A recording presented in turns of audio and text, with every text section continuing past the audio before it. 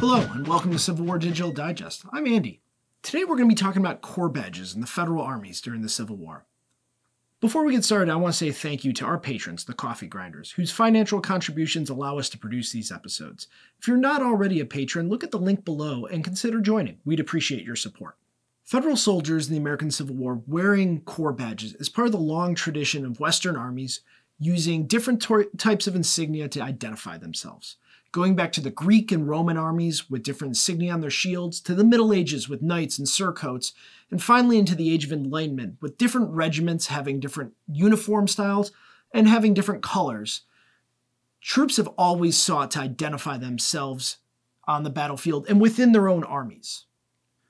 This is part of a tradition that carries forward to today, with the Army with their shoulder sleeve insignia that we're all familiar with. These badges for corps, regiments, divisions, as well as tabs for the Rangers, Special Forces, are an intricate part of today's Army uniform, and they have their origin with the introduction of corps badges in 1863 in the Union armies.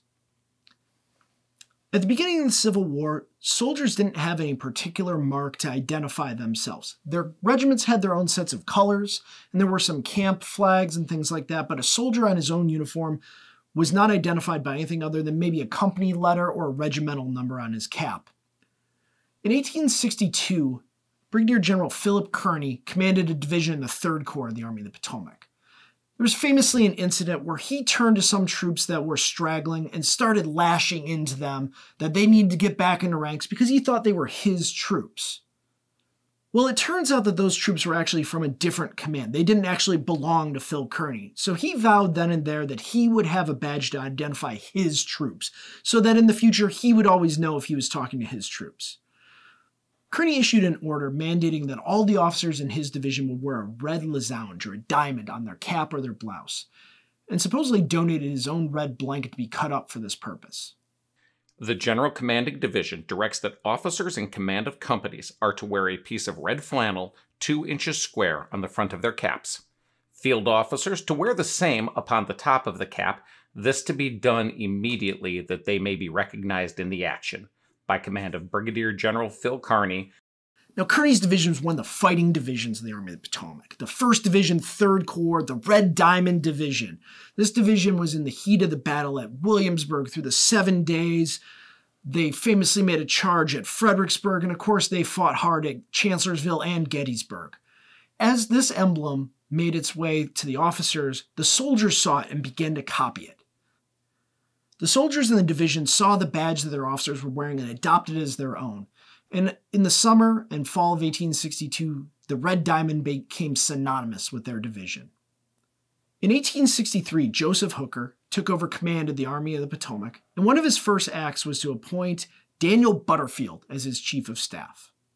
Now, Dan Butterfield is a very interesting guy. He's not a West Pointer. He's a lawyer. He's a militia officer from New York, but he's actually a forward-thinking officer, one of the better citizen soldiers that the Army produces during the Civil War. Specifically, he is an outstanding staff officer, and he's an excellent administrator. Butterfield had an interesting history in the Army. Working with his bugler, he helped write the famous call Taps. He also was the author of an outpost manual that was highly regarded by some of the best minds in the Army. It was widely distributed in the fall of 1862. Dan Butterfield would remain Chief of Staff of the Army of the Potomac until he was wounded on July 3, 1863. And then he would follow Hooker to the Western armies later in the war and serve with him in various roles. When Butterfield took over as Chief of Staff of the Army of the Potomac, he had already been an advocate for an Army-wide system to identify troops similar to what Kearny had already put in place with his division. Butterfield took the opportunity as Chief of Staff of the Army to put some of his ideas into wider circulation, and in March 1863 published an order mandating corps badges for the 7th Infantry Corps, then in the Army of the Potomac. This was a top-down adoption of corps badge system directed from the Army and didn't leave to the Corps any choice of what symbol that they would adopt. Butterfield picked some particular symbols for some corps, others he just gave shapes to. The 1st Corps was a disc. The 2nd Corps was a trefoil in homage to the Irish Brigade in that corps. The 3rd Corps, of course, kept the diamond or the losange that Kearny had put in place for his own division. The 5th Corps adopted the Maltese Cross because Butterfield's old regiment, the 12th New York, was in that corps, and Butterfield had used the Maltese Cross as one of his pre-war militia insignia with that regiment. The 6th Corps adopted a Greek cross. The 11th Corps adopted a half moon, and the 12th Corps a 5-point star. Butterfield also adopted a system of colors for that. With Kearny having established red as his 1st division, Butterfield took that and applied it the national colors, red, white, and blue, for the 1st, 2nd, and 3rd divisions respectively. Later in the war, as some corps expanded to 4 divisions due to consolidations, green was used in the eastern theaters as the 4th division, but generally in the western theaters, yellow was used to designate a 4th division in a corps. The surviving corps badges we see are generally made of wool and approximately the size of a $50. However, throughout the war, as they became a greater source of pride, a lot of people began to go out and buy metallic ones. These private purchase corps badges were often made of precious metals like silver, and sometimes were made by companies like Tiffany & Company in New York. And it just goes to show that these were highly prized possessions by their officers. Oftentimes they were engraved, and it just goes to show to what extent corps badges played a part in the elan of the Army. When Butterfield put the order in place, it applied to the individual soldiers who had to have this badge on their cap or on their blouse. But very shortly, these became symbols of intense pride for the troops. This insignia ended up painted onto the sides of wagons. They ended up in a whole system of flags to distinguish brigades and corps and divisions, as well as in many other places with soldiers. And they became a point of intense pride for these soldiers. In the summer of 1863, 2 corps were detached from the Army of the Potomac, the 11th and 12th Corps, and they were sent west under Joseph Hooker to reinforce the armies of the Cumberland and the Tennessee, then fighting in Chattanooga, Tennessee. Part of what the corps brought with them was their tradition of corps badges. Meeting the Western troops for the first time, these Eastern troops all had corps badges on, and the Western troops didn't know what they were. Famously, some of the men in the 12th Corps were heckled as, "Oh, are you all brigadier generals?" because of their 5-pointed star that they were wearing. But very quickly, this idea spread from the Eastern troops that came west to both Western armies, particularly the Army of the Cumberland. Going into the 1864 campaign, the Army of the Cumberland consisted of 3 corps, the 4th, 14th, and 20th Corps. The 20th Corps was a merger of the 11th and 12th Corps from the Army of the Potomac, and they kept the 12th Corps' star design. The 4th Corps, which was a new creation from the old 20th and 21st Corps, adopted a triangle, and the 14th Corps, interestingly, adopted an acorn as their symbol.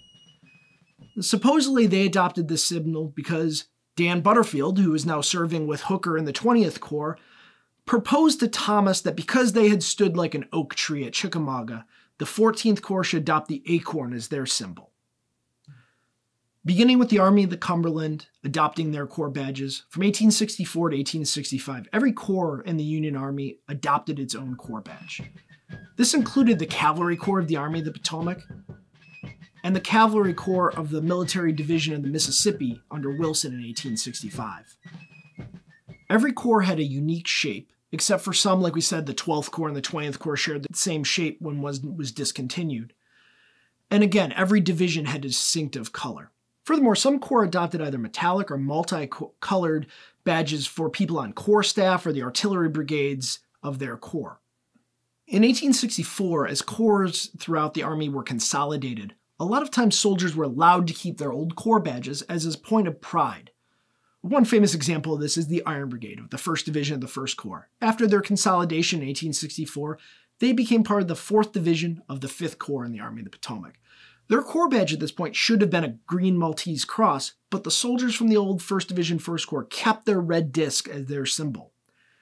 There's a great story out of the Iron Brigade in the fall of 1864, when the 19th Indiana had been discontinued and the survivors transferred to the 20th Indiana and the 2nd Corps. And these men write about seeing at night men deserting from the 20th Indiana to come back to the Iron Brigade, to their home, and seeing men in the woods with hardy hats and red discs trying to get back to their old brigade before the provost would collect them in the morning and take them back to the 20th Indiana. As I said earlier, these corps badges became a symbol of intense pride for the soldiers, and they became woven into every aspect of their identity. After the war, when veterans organizations came together, they almost always incorporated their Corps badge into their designs. If you go to monuments on battlefields, particularly of the Army of the Potomac, those designs are an integral part of the monuments on battlefields like Gettysburg and Chancellorsville. And the U.S. Army did not forget the legacy of Corps badges. In 1918, when the U.S. Army in France began to formally assign division and Corps badges to their troops over there, one of the first ones to be selected by the First Corps was the disc that the old First Corps had worn during the Civil War, and that Corps continues to use that as their badge today. The U.S. Army adopted this legacy from the Civil War into their shoulder sleeve insignia. It's a formalized system. It has a lot of rules of who can wear it, when, and what insignia, but it traces its origin to Kearny in 1862 yelling at some men from the wrong division. I hope you've enjoyed this story today and realize that Corps badges that we see in the Civil War are part of a larger legacy for troops, going back to ancient military and continuing with our troops today. I hope you've learned something and I hope you've appreciated it. For Civil War Digital Digest, I'm Andy, and we'll catch you next time.